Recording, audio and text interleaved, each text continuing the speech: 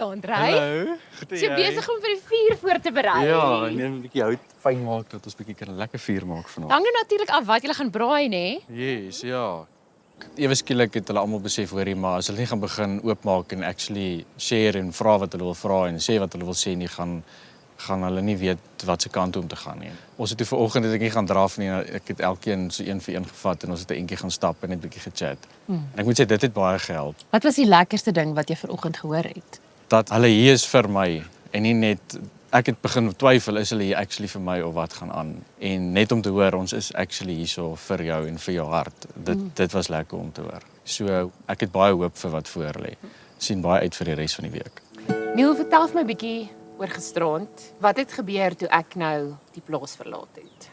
Wel, ons het onmiddellik ons tyd benut. Ons het 'n laat aandjie gehad en 'n bietjie draai gery in die bakkie gesit, koffies gedrink, bietjie one-on-one tyd met almal gekry.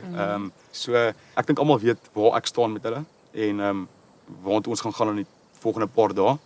En ons bly oopkop oor die hele proses, maar ja, ek dink nie daar gaan verrassings wees nie en ek dink hulle weet dit. Wel Neil, jy het nou net 'n klein bietjie me time. So geniet dit. Dankie, ek dink ek het dit dalk nodig, bietjie golfballe gaan slaan of ietsie en bietjie wegkom van alles. Ek wil jou terugvat na gisteraand, toe jy gedink het jy gaan dalk iemand met huis te stuur. As jy nou daaroor dink, wat is jou gevoel oor hoe dit toe nou wel uitgespeel het? Dit is vir my moeë frustrerend want dit is alles uit my beheer uit.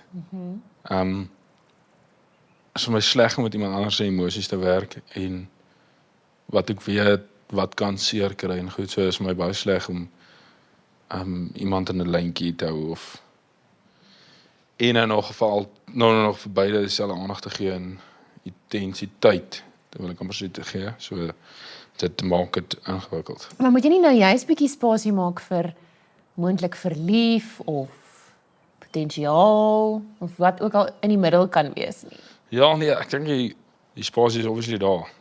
Dis hoekom ek mos nou hier is. Dink jy bietjie aan waarmee die dames nou besig is? Is jy nuuskierig?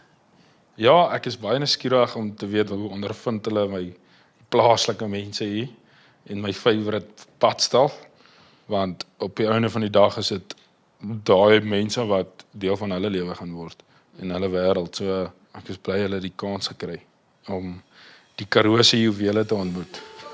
Jog, geniet die laaste bietjie stilte. Okay. Klink vir my jy geniet dit so klein bietjie. Yes, ek is mos maar die stilte gewoond.